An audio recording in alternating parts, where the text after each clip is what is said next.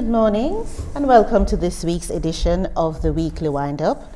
My name is Donna Marie and I'm your host, and today our guests are Professor Paul Ward from the University of Huddersfield and June Jones from Kirklees Tax in Unison. Thank you very much for coming. Today we'll be looking at three very important topics. Firstly, the Scottish referendum. We'll also be looking at the benefit sanctions, and our final one will be puppy love, looking at the recent fire at the Manchester dog home. If you need to make any comments about this program or anything we've discussed today, you can get in touch via email, and our email address is info@kirkleeslocaltv.com and by Twitter at the Weekly Windup. So first we're going to be looking at the Scottish referendum. Now last Thursday the elections were held and 56% of the Scottish voters decided they did not want to be separate from the United Kingdom. So my question is, now that the results are in and independence has been rejected, what are the implications for these results? And I'd like to ask Professor Ward to lead on that question, please. Well, I've been thinking about this for 20 years, you know. I've written a number of books on what it means to be British and British national identity. And for me, the referendum last week was the culmination of something that historians have called the breakup of Britain. And clearly Britain didn't break up.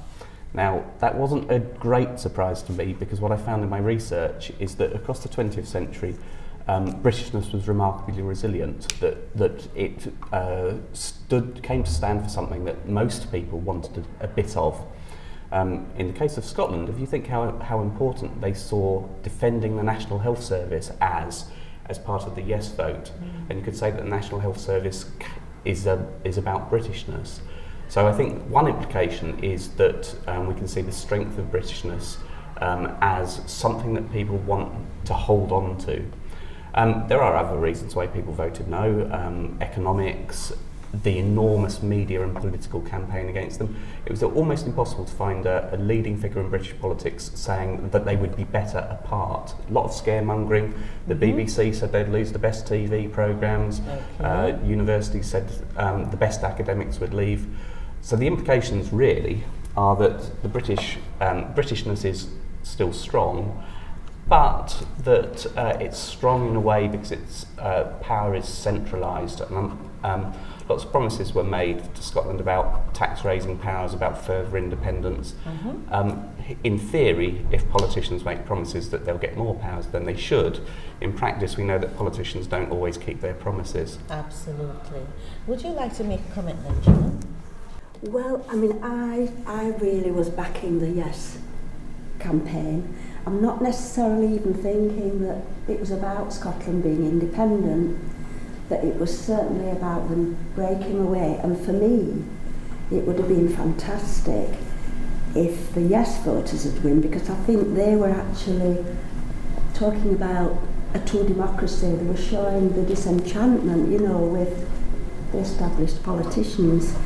And I'd have been really pleased if they'd won, because I think it would have weakened severely the British state and British imperialism, so that it would have been much harder for Britain to have been taken into war, you know, and all that means, particularly at the moment, you know. Okay. So can I just ask then, Alex Salmond, sorry, who has been the strongest advocate of this whole getting out of the union. Now he has resigned. Now what are the implications? Again, I'll come back to you in terms of the future, because are you thinking that should he have stayed to see maybe to make sure the policies that have been promised have been implemented, or has he made the right decision? Probably personally he's made the right decision. He must be absolutely exhausted. You know, life's work, and it sort of feels like it's come to nothing because democracy in this country works on a yes and no basis. Of course, you can't rely on single leaders. You can't rely on one person leading you. I think hopefully the implication is that lots of nationalists of all political persuasions, including radical people who see the opportunity for independence as being about social justice and social reform, can have a greater say, because actually Salmond was quite a neoliberal. You know, he believed in developing capitalism in Scotland, and that can sometimes be at the cost of social justice. So I would say that he did it. It was the right thing for him. You know, I'm not going to question him on that, and that it provides an opportunity in Scotland to discuss the future in different ways. So we would like to look at another point regarding the Scottish referendum, or what would that mean for relationships between England and Scotland, England, Scotland, the Wales, Northern Ireland, and internationally? What are those implications? I think one of the interesting things about the outcome of the referendum is how much English nationalism it's stoked up, particularly amongst parts of the Conservative Party, and I would expect to see that with UKIP as well. That the outcome of England's domination of Scotland seems to be that many people in England think somehow they're persecuted, they're discriminated against. So one implication is suggesting that Scottish MPs, because they have their own parliament already, shouldn't be able to legislate on English issues. Now, so that's one complex constitutional question. Of course, one reason lots of Conservative MPs don't want Scottish MPs to vote on English matters is because Scotland's disproportionately Labour and England's disproportionately Conservative. So there's those problems within it. Will it lead to the status quo? Well, let's hope not. Let's hope that things do change, because actually I would have liked Scotland to vote for independence as a model for the way we could have done things, that we do need to think about decentralising power, making sure that politicians in London don't control people's lives around the rest of the country without giving it enough concern. And you imagine what it would have been like if they'd voted yes. The possibilities of radical change, which are so often said that they can't happen in Britain. Well, in the referendum result, of course, the no vote won, but 45% of people in Scotland decided that their future could have been so very different. Absolutely. That they could have changed, they could have taken control of their lives. They might not have necessarily governed perfectly, but they would have been governing for themselves. So I think that was a real sort of matter of hope, that radical social change, radical political change is possible in the UK. Can I just ask another question? I'm not ignoring you, June, but I'd just like to get a point across from Professor Paul. So if we look then at Wales, and if we look at Northern Ireland, if the votes had gone the other way, what then would Wales or Northern Ireland have a claim to separate themselves as well? What could happen there? I think much of the world was looking at what was going to happen in Scotland. So it's certainly the case that the Spanish government were concerned what would happen to Catalonia. Yes. If Scotland had become independent, without doubt, there would have had to have been a rethinking of powers for Wales. Northern Ireland's much more complex because of the divided nature of the community, but it might have pushed both Unionists and Nationalists in Northern Ireland to think about what was possible. I think it's interesting that, you mentioned companies, multinational companies, who actually have very little concern with the nation state making threats against a small country, that they would prefer to be able to operate in a free market atmosphere where they have no regulations, so that as little as possible encumbrances upon their business, caring only really about profit. And I think that's an interesting thing about Scotland, that we frequently allow multinational corporations to decide how people should be living their lives inside their sovereign states. Would you like to comment at all, June? Yeah? Well, I definitely think it's not gone away, and that there will be change, because for me, to learn that the majority of the people who were voting yes were young. The majority of the people voting no were in their 50s and older. And when you consider there were messages from all over the world, as Paul said, from the Palestinians, because they recognised that this was not just a nationalistic campaign, it was above nationalism. It was about a thirsting for a genuine democracy, this disenchantment with Parliament, who actually, I think, humiliated themselves.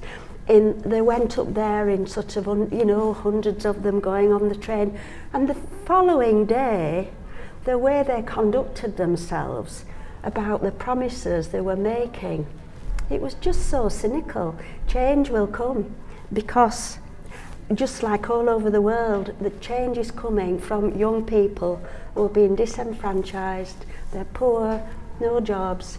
There's a thirst for a real democracy over and above narrow nationalistic sort of interests. So are we saying that we might see a soft revolution? Nothing along the lines of the Arab uprising, but certainly if in another 50 years we might just see something like that, getting the change across. I hope we don't have to wait that long.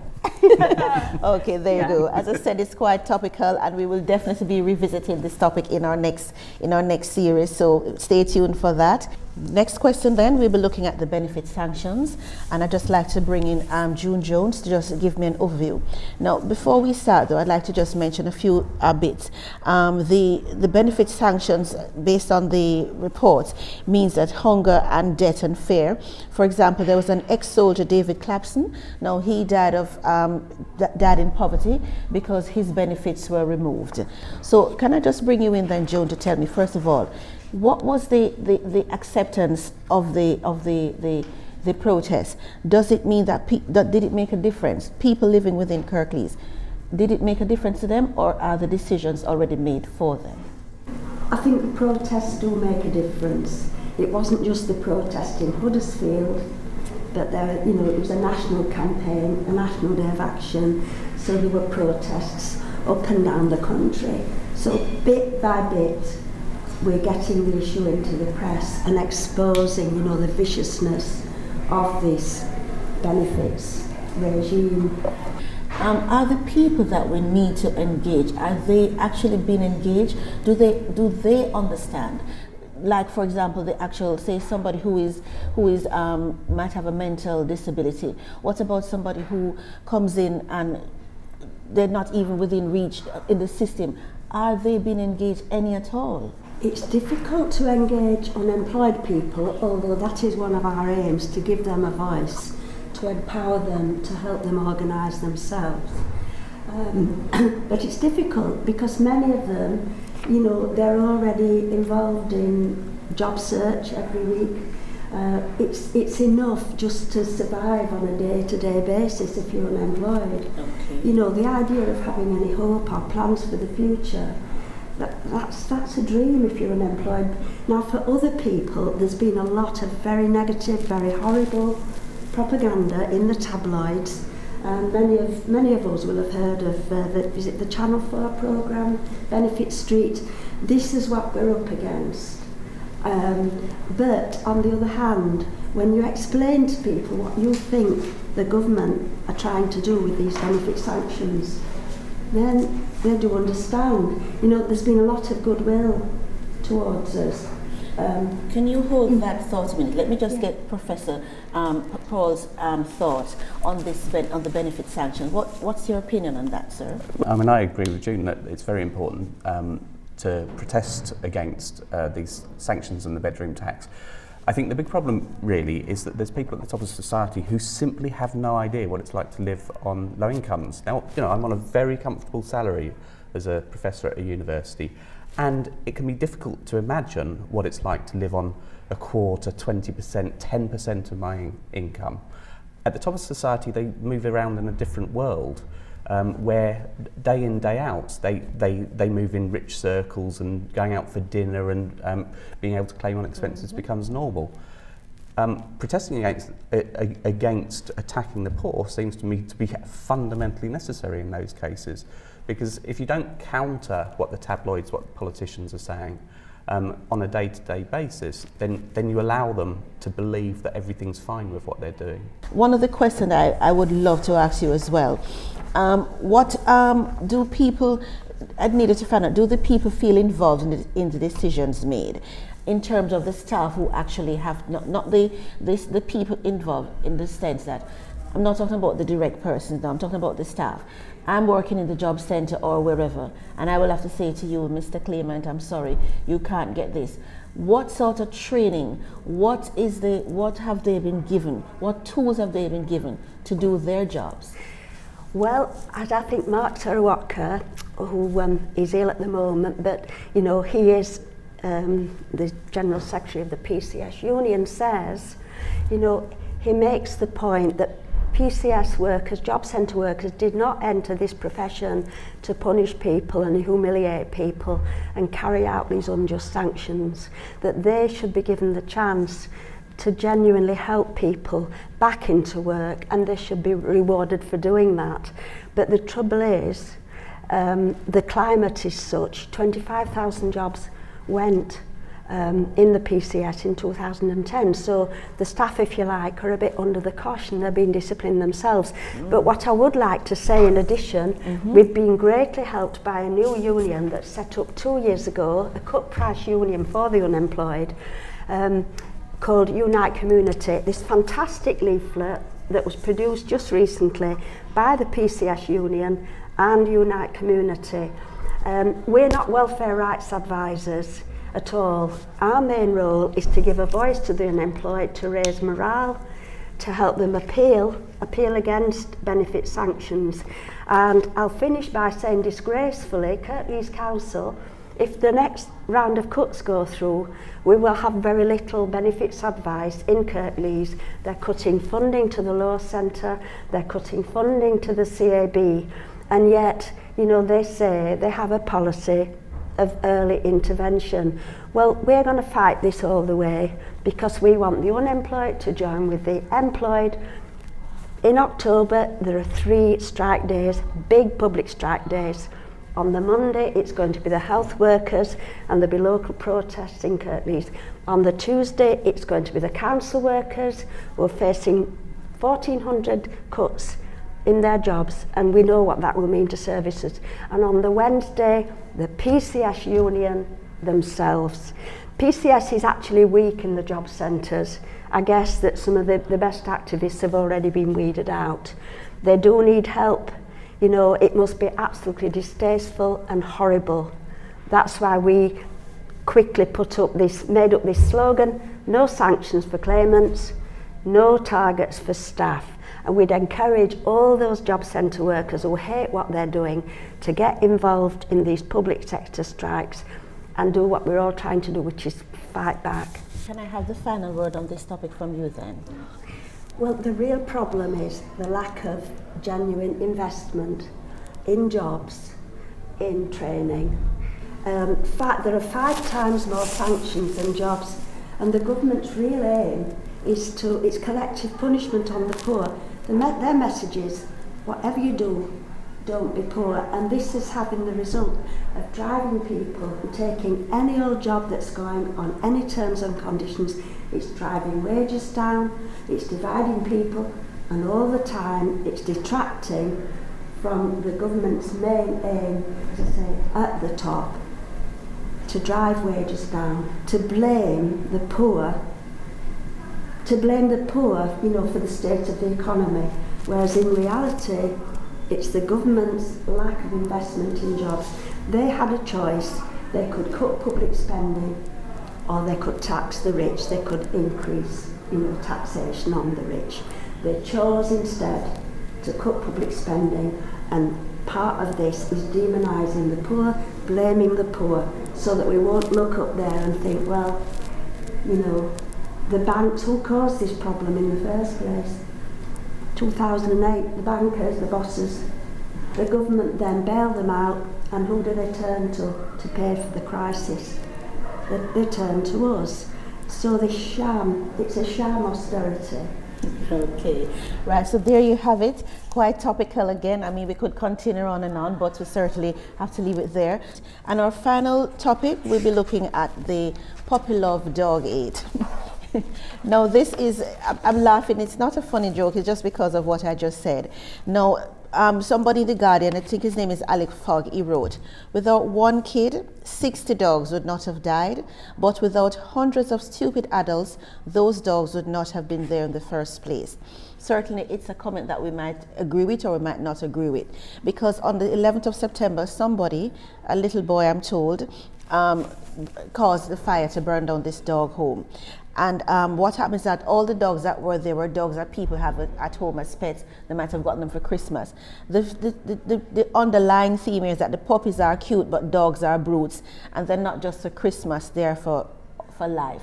So let me just have the panel's opinion, which be free to say what you like. You may be a dog lover or not. I would say there are certainly too many pets in this country. They take up enormous amount of resources, but any politician who suggested limiting pet ownership would almost certainly lose an election and probably end their career. Because I mentioned Britishness earlier on. Well, yes. The British consider themselves a country of animal lovers. However much that might be shaped by abandoning dogs after Christmas or whatever, it would be political suicide to legislate against dog ownership. Okay, and June, would you like to contribute? In my mind, I haven't a pet myself. I've got nothing against animals, but the contrast between the outpouring of concern for the dogs, and nobody wants that to happen to anyone, you wouldn't want it to happen to a dog, but I just wish there was the same sort of compassion and concern, and sense of justice for what's going on, to poor vulnerable people in this country, particularly towards immigrants, Okay. Thank you so very much for coming. We do appreciate it. And we ask you to join us next week when we're looking again at the Scotland vote, part 2. And if you'd like to comment on anything we've just said or you've heard or seen on this program, you can get in touch with us via email. It's info@kirkleeslocaltv.com, and our Twitter account is @TheWeeklyWindup. Thank you. I'm Donna Marie.